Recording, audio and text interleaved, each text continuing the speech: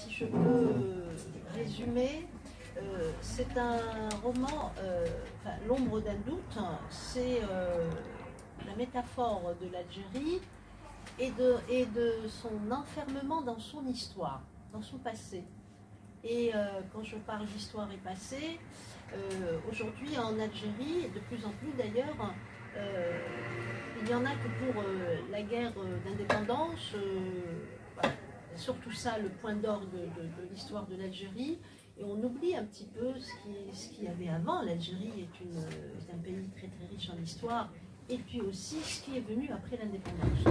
Du coup, voilà, donc c'est une métaphore de l'Algérie et de son enfermement dans cette histoire. Et on a aussi un personnage qui est très important dans le roman, c'est le Sidi Akadou, mais je vous présenterai après les personnages.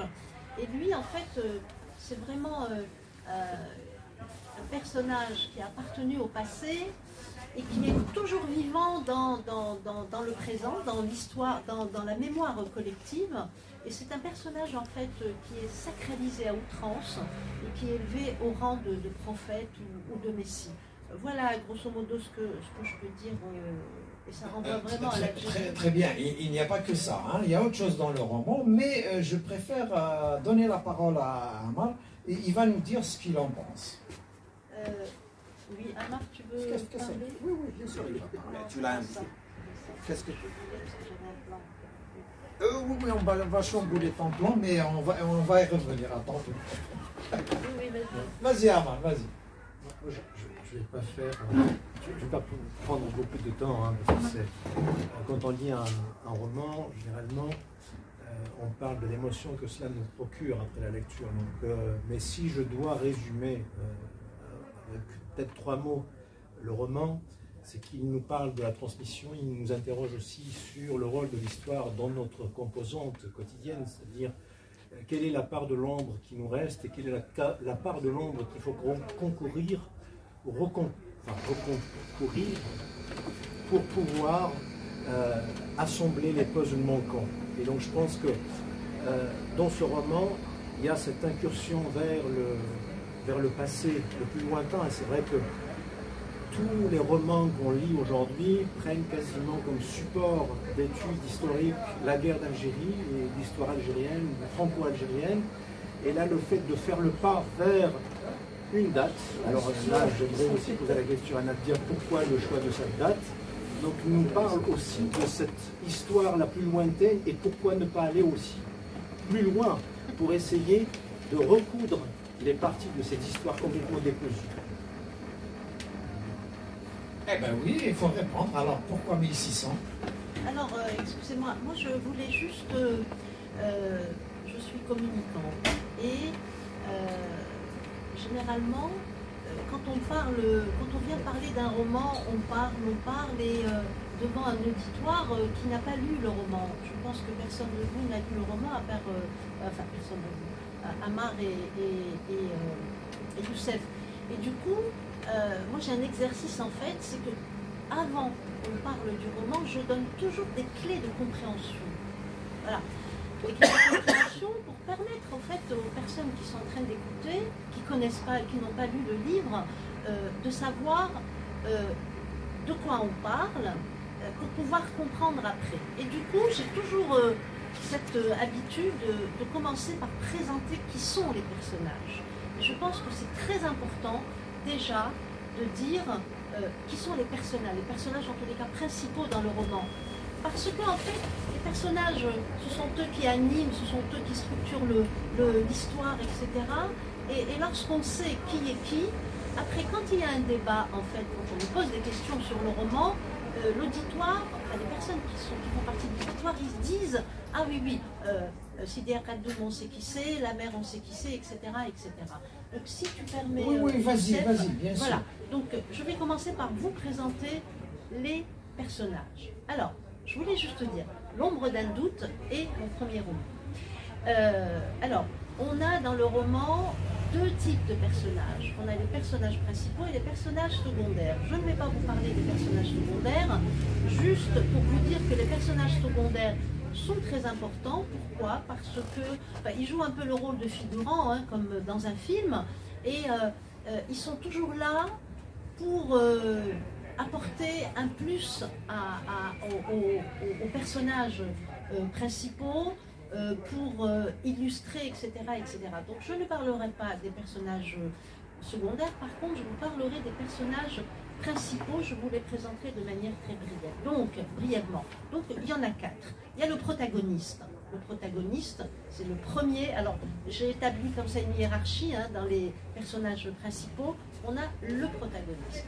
Ce protagoniste, c'est un jeune. Il fait partie de la jeune génération. Et je ne lui ai pas donné de nom.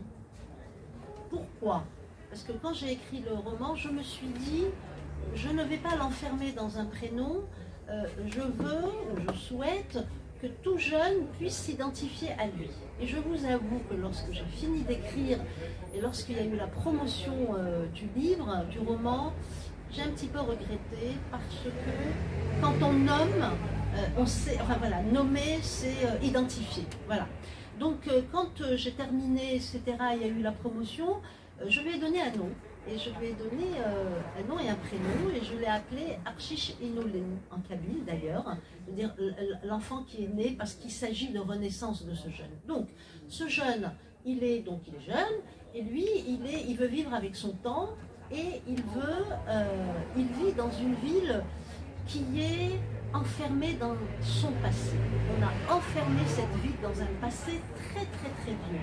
C'est très très ancien, qui remonte à dans les années 1700, puisque 1602 c'est l'arrivée de Sidi Akadim à Benjoy. Et lui, il dit, moi je veux vivre avec mon temps. Et du coup, il est exacerbé à chaque fois que sa mère d'ailleurs qui joue un rôle très important dans la transmission, transmission de la mémoire de cet homme. Il y a tout le temps, elle est tout le temps en train d'organiser des célébrations pour entretenir sa mémoire, et il en a marre. Et il dit ça suffit. Il dit, moi je veux que ma ville, je veux ancrer ma ville dans le présent. Et voilà, donc c'est un jeune qui est très très curieux. Alors je l'ai construit comme quelqu'un qui est très lucide, quelqu'un qui est très curieux, et quelqu'un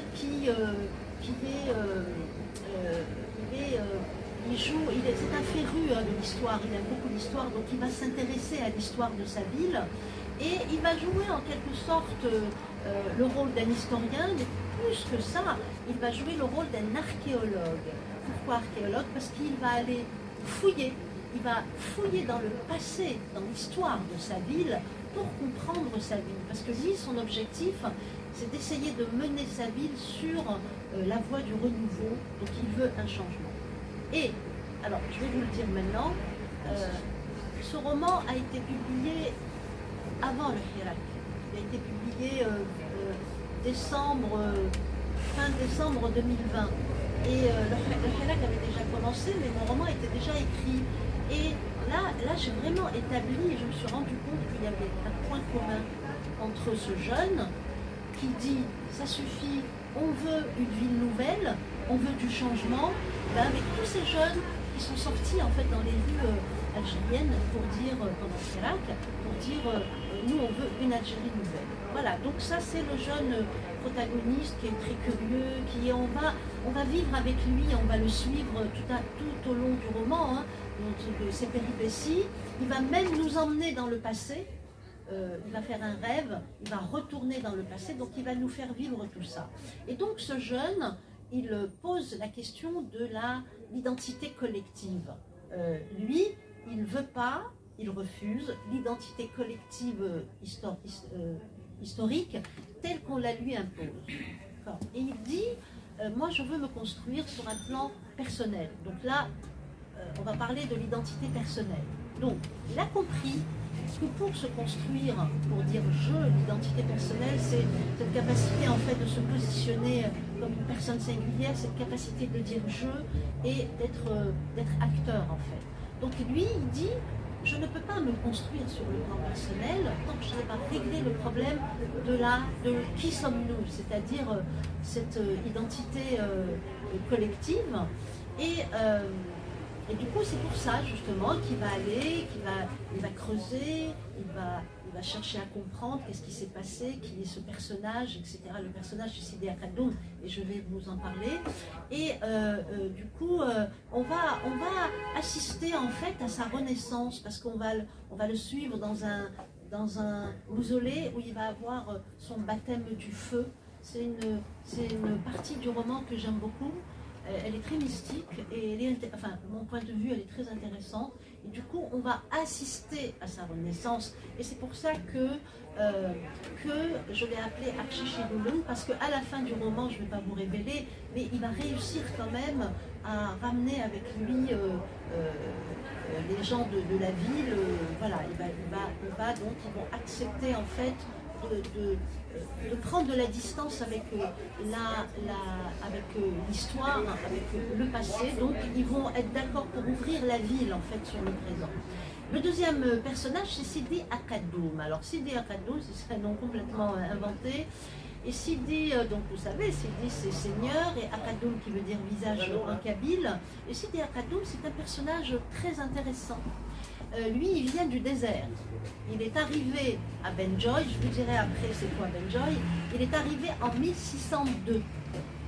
C'est pour ça que, voilà, donc c'est son arrivée. Il vient du désert, il échoue sur les rives de la Côte d'Argent, et il vient avec un chameau. Personne ne connaît le chameau à Benjoy, bref, donc c'est lui qui a introduit le chameau, et il vient avec deux objets. Ces objets ont une fonction symbolique parce qu'il le rattache à sa famille, à ses ancêtres qui sont dans le désert. Donc ces objets, d'abord, il vient avec un miroir. Et avec ce miroir, c'est un miroir qui a appartenu à sa grand-mère, qui était Tedderwish, c'était une chouette, c'était une voyante. Et donc, quand il est arrivé avec ce miroir, il a fait croire à tout le monde que c'était quelqu'un qui pouvait faire des miracles avec ces miroirs, avec ce miroir, et il a fait croire qu'il était capable de soigner les personnes atteintes de désordres mentaux.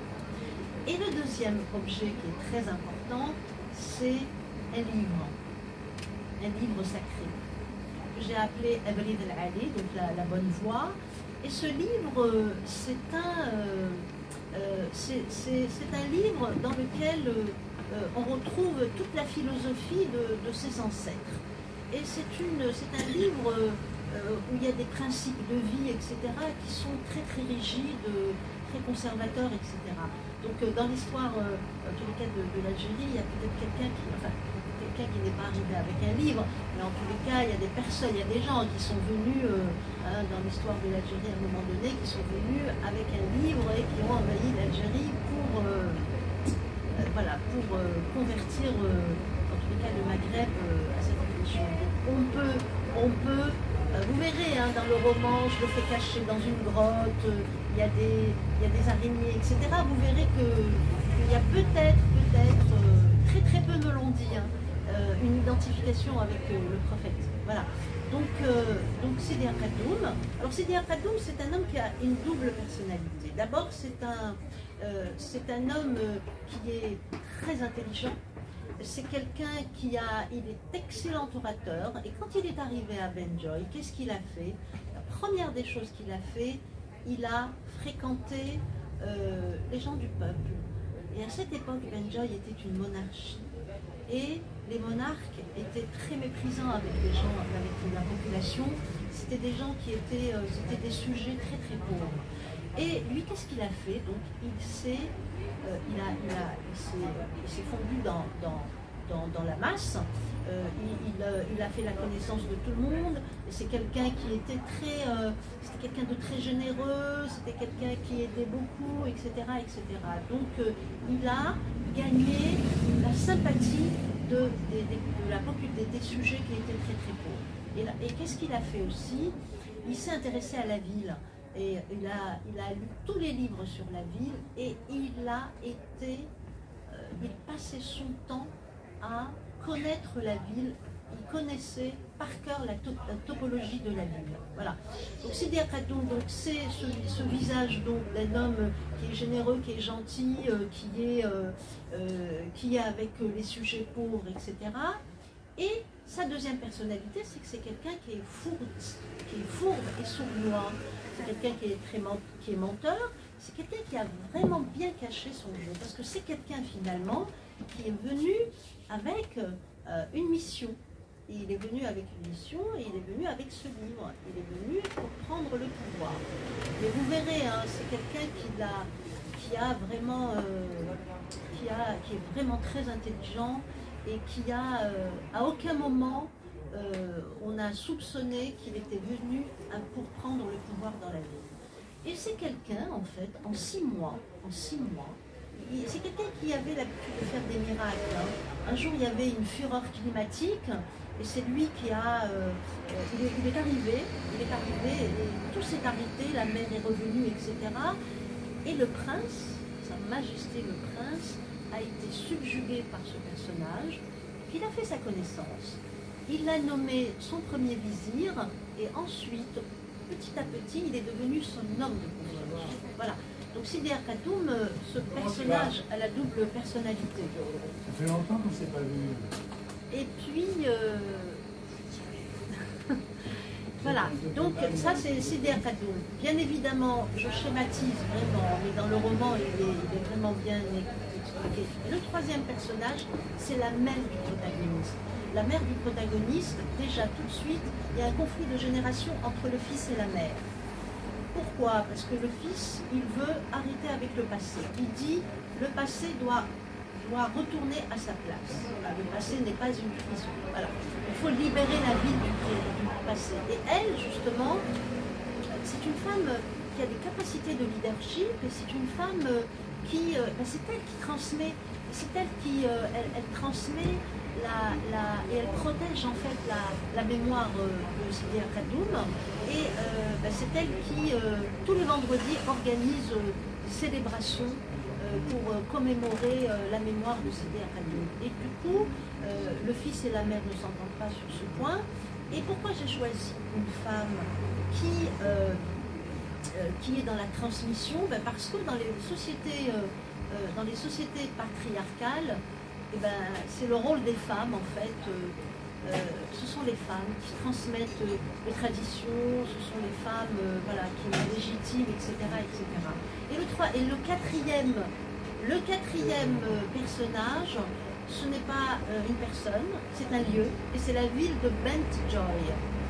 Alors Bent Joy, c'est un nom que j'ai inventé aussi. Alors c'est un mot, donc il y a 2 mots, un nom qui est composé de deux mots qui appartiennent à 2 langues qui ne sont pas du tout apparentées. On a d'abord Bent, qui veut dire en arabe Bent, donc la fille, et Joy en anglais qui veut dire joy qui veut dire joie. Et on obtient la fille de joie.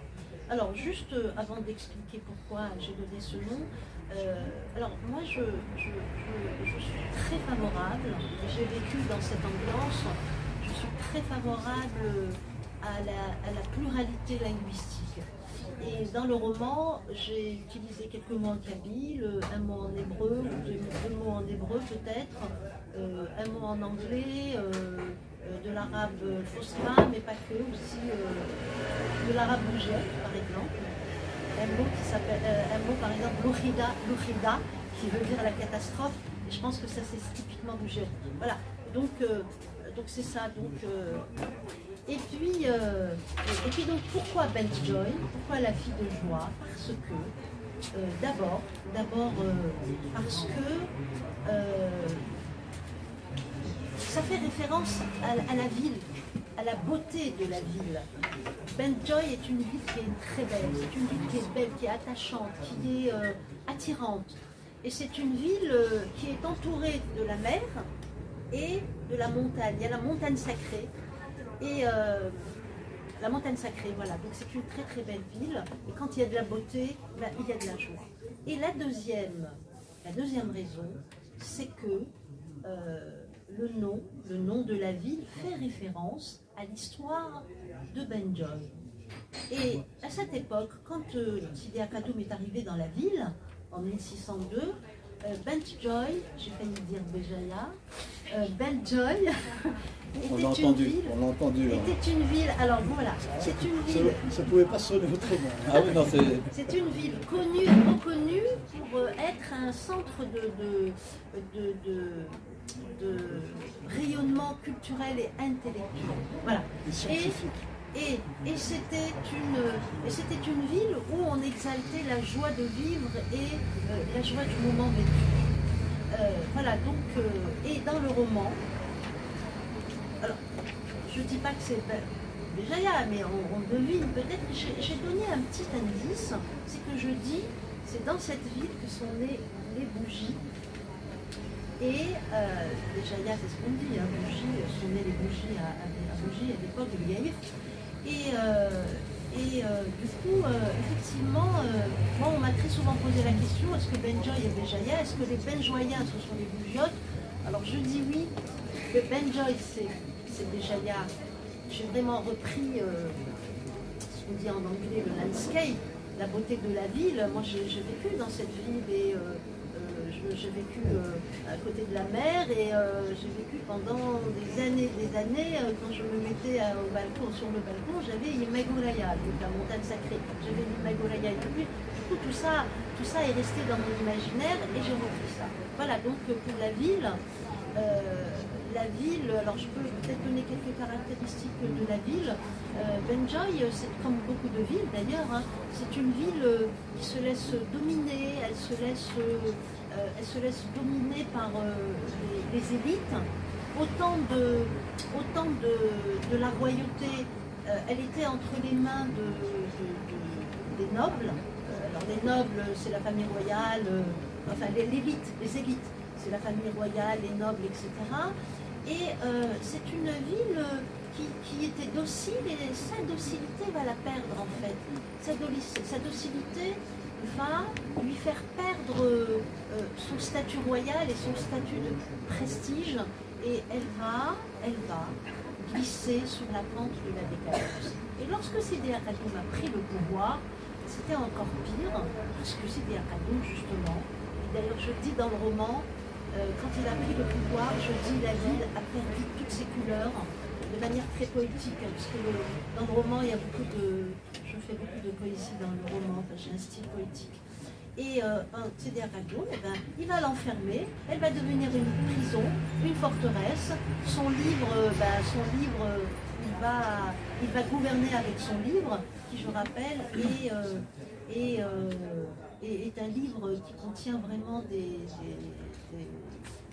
principes de vie qui sont vraiment très Très bien, très bien Nadia. Alors tu as parlé de transmission. Juste un mot sur la transmission avant de donner la parole à la sœur. Alors la transmission, qu'est-ce qui est transmis? Est-ce que c'est des métaphores? Est-ce que c'est des leçons de vie?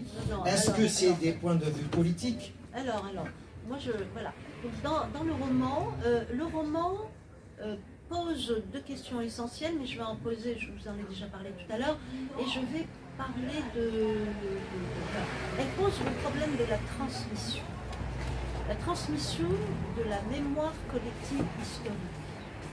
Alors, cette question pose à son tour deux questions. D'abord, qu'est-ce qu'on transmet à nos enfants? Qu'est-ce qu'on transmet aux jeunes générations? Et comment ces jeunes générations, comment est-ce qu'elles réceptionnent cette mémoire qu'on leur impose?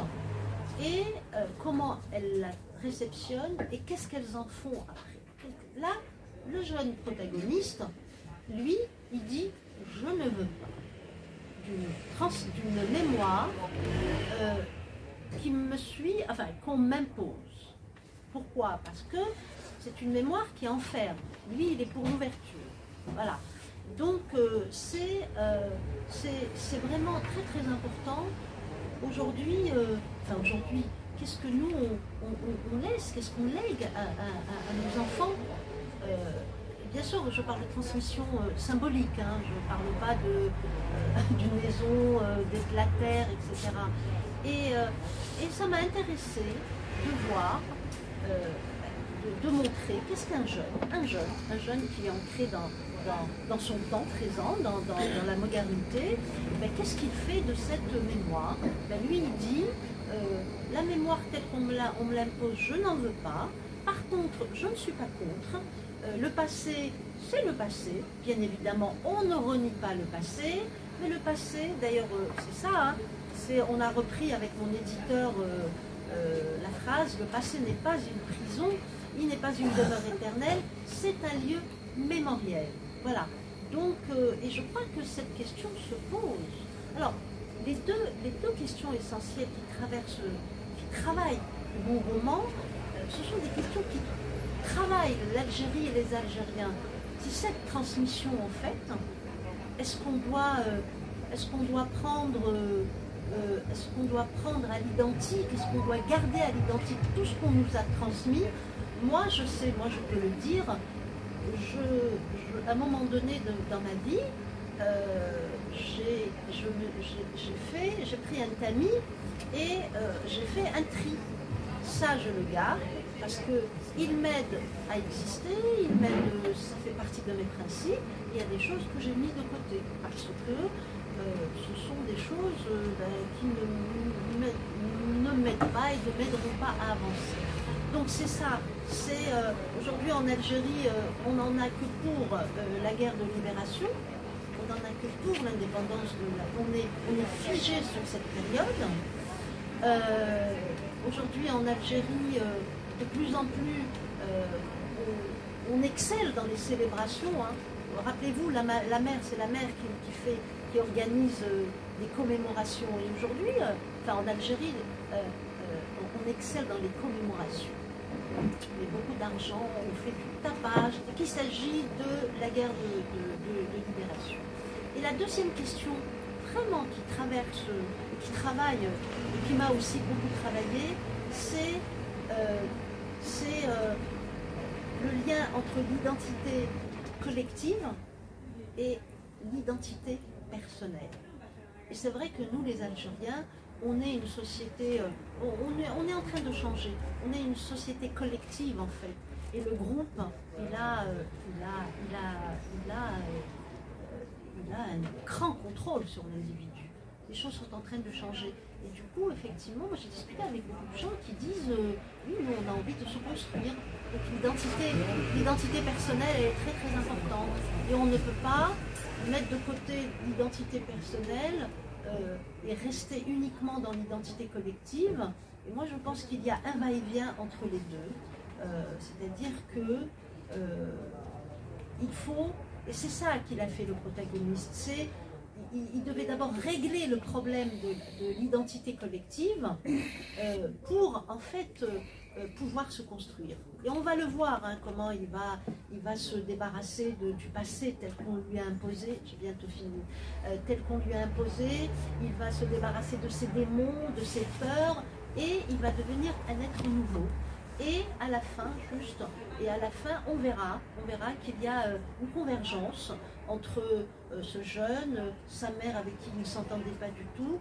Il a réussi à emmener le groupe sur la voie du renouveau et ils vont manifester ensemble.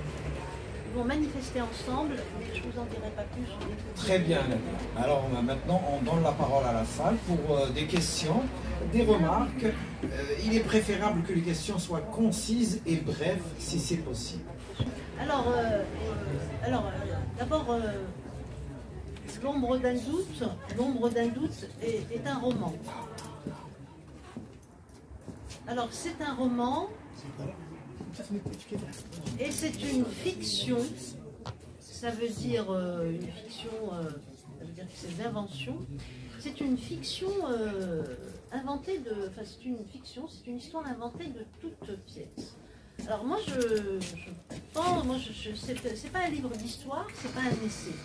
Et en fait, ça c'est très important que je le dise. L'ombre d'un doute s'inspire de la réalité, d'accord ? Mais ce n'est pas une description fidèle de la réalité. Sinon, j'aurais écrit un essai. C'est un roman qui dépasse la réalité et il la transgresse. c'est ça le rôle, c'est ça une œuvre de fiction en fait. Et du coup, ma toile de fond, c'est l'Algérie. Mais l'Algérie n'apparaît pas du tout là-dedans. Si vous la lisez, vous verrez. Mais enfin, il y en a qui me disent oui, on reconnaît des choses de l'Algérie. Et cette histoire de mensonge, l'ombre d'un doute, effectivement. Parce que, en fait, c'est un passé qui est basé sur le mensonge. Et c'est ce jeune-là, il va aller débusquer le mensonge. Et je crois que le titre Ombre et doute, voilà. Donc lui, il va, vous savez, l'ombre c'est quoi? L'ombre, c'est l'absence c'est l'obscurité, l'absence de lumière. Et l'ombre, c'est tout ce qui échappe à la connaissance et à la vue. Et l'ombre, cette ombre qui plane sur Ben Joyce, c'est Sidi Khadoum. Et c'est ce jeune, justement, qui va aller mener son enquête, il va aller dans le passé, etc., pour montrer, justement, pour désacraliser, parce que dans le roman, il y a une histoire de sacralisation et désacralisation. Les Benjoyens, au fil des ans, au fil de l'histoire, ils ont sacralisé, rappelez-vous, à outrance Sidi Khadoum. Et qu'est-ce qu'il fait, ce jeune protagoniste? Il va venir et lui, il va le désacraliser. Et il va déconstruire tous ces mensonges, etc. etc. Voilà. Mais je l'ai fait d'une manière, littéraire. Voilà. Tu peux aller pour une première lecture, si c'est possible. Oui, alors comme ça, on va avoir une idée un peu de ton écriture. Je vais vous lire. Ben oui, c'est important. Je fais toujours des lectures quand je fais, même quand je présente des auteurs. Alors, je vous ai choisi vous verrez, dites-moi si vous reconnaîtrez l'Algérie. Une semaine avant son accident tragique, Sa Majesté le Prince fit des révélations à Sidi Khadoum. À la fin de leur séance de travail sur les stratégies du pouvoir, il l'invita à déjeuner dans la salle des coffres-forts où il avait aménagé un espace pour les réunions secrètes. Il lui parla à voix basse, sur le ton de la confidence. Écoute-moi bien. Ce que je vais te dire est d'une extrême importance pour toute personne qui veut gouverner. Garde mes propos en mémoire. Ils pourraient te servir si un jour tu décidais d'exercer la fonction de dirigeant. Le Benjoyen est l'ennemi du Benjoyen. Le Benjoyen est l'ennemi de son propre frère. Mon grand-père succomba au dessein assassin de son jeune frère. Ma grand-mère fut empoisonnée par sa fille un matin d'hiver clément, alors que la souveraine qui était appréciée de ses sujets, venait de découvrir des vérités compromettantes à propos de l'implication de son gendre dans un détournement de fonds qui ébranla le royaume. Mon père fut réduit à néant par mon frère aîné, qui, à son tour, fut liquidé par son jeune fils. Dans un avenir très proche, je ferai l'objet d'une tentative d'assassinat. Mon fils, mon propre fils, chair de ma chair, cet enfant unique que j'ai nourri et préservé de 3 émotions, la pitié, la terreur et l'indifférence, sera le commanditaire de cet acte odieux et criminel. Il engloutira le royaume dans une année noire qui sera marquée au fer rouge dans l'histoire de la ville. Pendant cette période ténébreuse et sanglante, la ville perdra tous ses repères et sombrera dans la spirale de la violence et de la haine. Le frère tuera sa sœur, le fils étranglera sa mère, le père incitera sa fille à la débauche et à la prostitution. Benjoy deviendra une enclave où la mort s'incrustera dans ses moindres recoins. L'odeur tressante des corps décomposés livrés aux charognards imprégnera tout le pays. Tel est le futur proche de mon royaume. C'est prédit, c'est écrit, nul ne pourra changer le cours de l'histoire. Alors, je voudrais poser, si tu permets, Youssef, un peu dialoguer avec... je préfère que l'assistance prenne la part. Oui, c'est pour eux. Je vais leur poser une question. Est-ce que en entendant, non, mais je voudrais avoir un dialogue avec vous. En écoutant cet extrait, est-ce que vous avez, est-ce que ça vous renvoie à l'Algérie? Et qu'est-ce qui vous renvoie à l'Algérie? Voilà.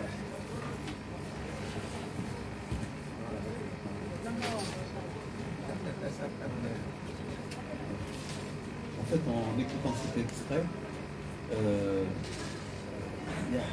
par rapport à l'histoire, on a l'impression que c'est l'histoire présente, en fait, tout à fait récente. Vous avez été loin dans le passé, mais il y a un côté anachronique, en fait.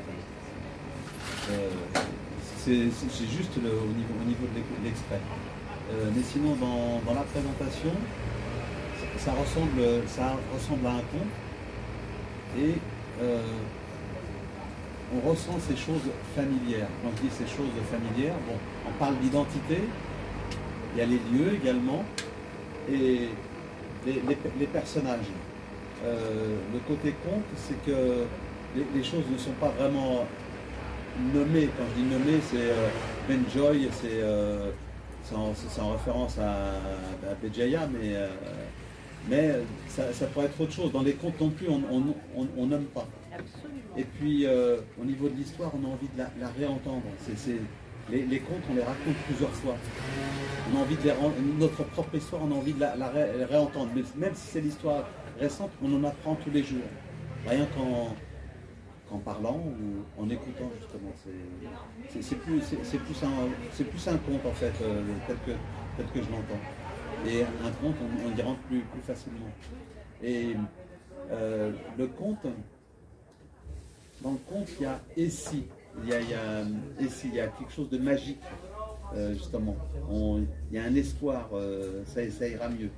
Et dans l'extrait qui a été lu, il y a un côté, entre guillemets, Machiavel, quoi. C'est un homme de pouvoir qui décrit, justement, des intrigues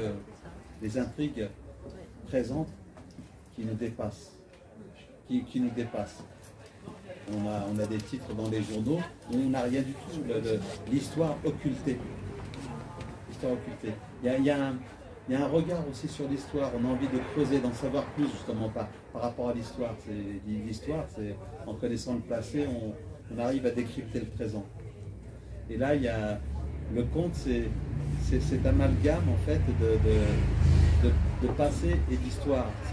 C'est la mémoire personnelle et collective en même temps dans laquelle on est fondu. En fait, j'ai pas de questions, j'ai juste un commentaire. Oui, des remarques, des questions? Moi j'ai quelque chose là, je peux répondre. Oui, Samir. Juste on parle de multilinguisme que vous avez utilisé dans votre roman. Est-ce que c'est par voler se réconcilier et une réconciliation à la mémoire personnelle ou collective?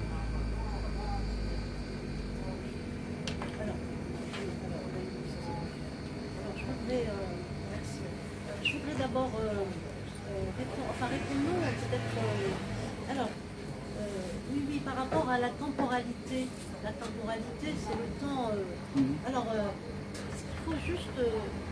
Dans mon roman, la trame narrative, elle n'est pas linéaire. Elle n'est pas du tout linéaire. Pourquoi?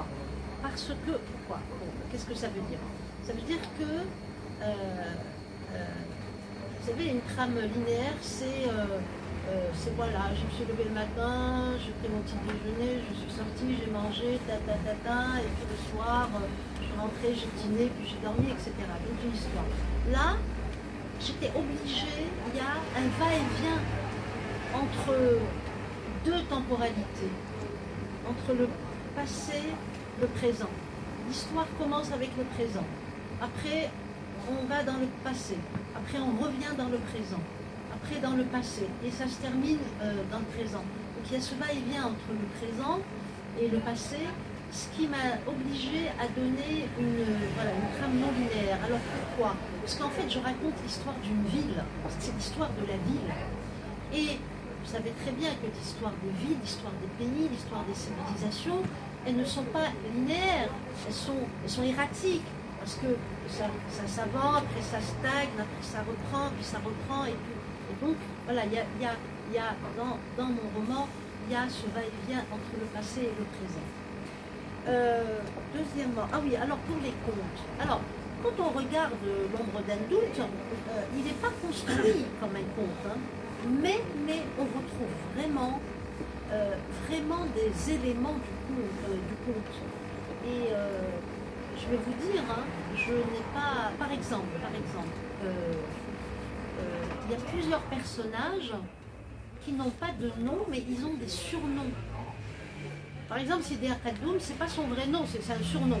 Alors pourquoi Sidi Akhadoum? Son vrai nom, c'est un nom, un rallonge. J'ai un peu rigolé, je voulais un peu rigoler, faire un peu d'humour. J'ai inclus un mot dans son nom. Vous allez retrouver le nom Mendoulé, par exemple. Mendoulé, qui veut dire le mandol. En bougiote et le Mendoulé, voilà. Non, donc il a un nom à rallonge. Il s'appelle Sidi Akhadoum. Pourquoi? Parce que lui, quand il est arrivé à Benja, il ne connaissait pas la langue de la ville. Du coup, il parlait avec des mimiques. Et tout le monde rigolait. Tout le monde rigolait, il faisait rire tout le monde. C'est comme ça qu'on l'a appelé Sidi Akhadoum. Alors voilà, il y a Sidi Akhadoum. Après, on a les personnages secondaires, ils ont des surnoms. Par exemple, Amjah, Athina. Alors Amjah, c'est quelqu'un, le pauvre, qui a des troubles psychiatriques, et il est exilé. Exilé de lui-même déjà, parce qu'il est vraiment, il a des troubles psychiatriques, il a un problème. Et Athina, c'est une femme qui est aussi comme Amjah. Et pourquoi je l'ai appelée Athina? C'est parce que les hommes, moi je me rappelle, hein, les hommes, alors je ne sais pas si ça a changé, mais les hommes avant appelaient leurs femmes non pas par leur prénom, mais Athina. Ils les appelaient Athina et là-bas. Moi, mon oncle appelait sa femme et là-bas. C'est, voilà, donc jamais par le prénom. La réponse à la question de Samuel. Non, mais attends, j'ai pas fini, oui. Laisse-moi finir. Et voilà, donc voilà, on retrouve dans L'ombre d'un doute des éléments du conte. Effectivement, les prénoms, il y a beaucoup de choses aussi. Puis on a du magique aussi, hein. On a du magique, on a du fantastique. Alors, pour la diversité linguistique, eh ben, franchement, moi j'ai vécu dans une famille où vraiment on pratique jusqu'à présent la diversité, la pluralité linguistique. On parle l'arabe, on parle le kabyle, on parle le français, on a ces 3 langues à la maison. J'ai appris l'anglais, l'arabe littéraire à l'école, l'anglais, parce que j'ai fait des études d'anglais, etc., etc. Et puis, je m'intéresse beaucoup aux langues. Et moi, c'est vraiment ma personnalité. J'aime beaucoup les langues. Et puis, c'est aussi une façon de dire, l'Algérie, elle est plurielle. Elle est vraiment plurielle. Il n'y a pas que l'arabe littéraire, parce qu'on a fait de l'arabe littéraire l'arabe officiel. Ben non, je suis désolée. L'Algérie, c'est un pays qui est pluriel sur le plan de la linguistique et puis aussi sur le plan des religions, pourquoi pas? Pourquoi il n'y aurait que l'islam comme religion dominante et officielle? Ben non, je pense que l'Algérie, c'est un pays qui a eu une histoire riche et plurielle. On a beaucoup de langues, on a on a des religions, etc. Et moi, je suis vraiment pour la pluralité, et c'est vraiment ma personnalité qui est sortie dans le roman. Voilà. C'est comme ça que vous avez fait référence à la vie elle-même, et au GIS, qui est une ville de science. Oui. Où il y avait des savants qui ont défini, bien sûr, il y avait de la science, il y avait des rangs, il y avait des... Voilà, donc c'est ça, si vous voulez, c'est juste pour dire attention, non, la pluralité linguistique et tout, elle est là, et c'est une richesse, voilà.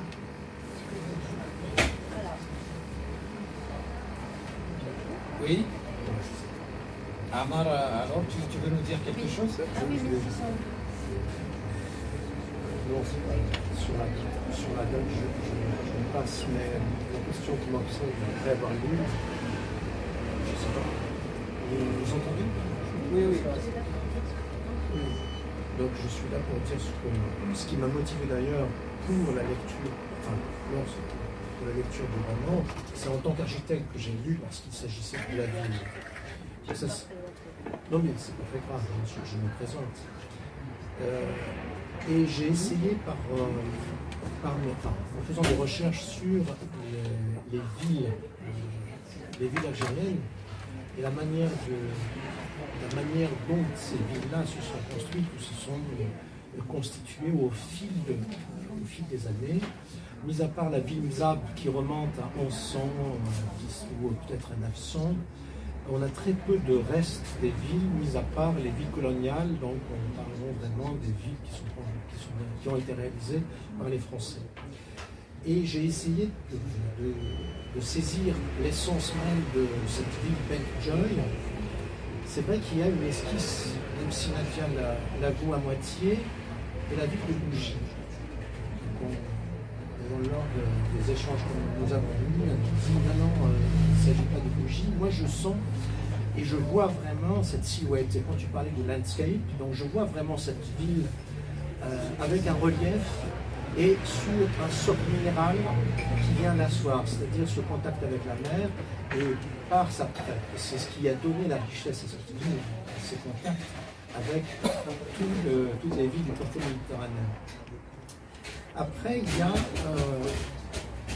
par un intérêt aussi à la tradition et à la manière dont la transmission peut se faire, je ne me pose pas la question de comment je vais transmettre à mes enfants, mais d'abord, qu'est-ce que j'ai hérité comme tradition, comme quelque chose qui vient constituer un substrat de ce que je suis pour pouvoir le transmettre.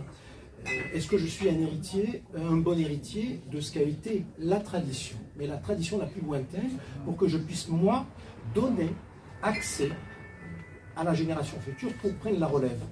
Donc, ces éléments-là, ils ont été explorés par cette démarche ou cette trajectoire individuelle qui vient titiller l'histoire, je ne dis pas l'histoire falsifiée, l'histoire sacrée qui a été donnée par une espèce de monolithe, parce que nous avons été les enfants de l'école algérienne, et il était hors de question qu'on vienne toucher l'histoire qui a été enseignée, l'histoire qui a été donnée.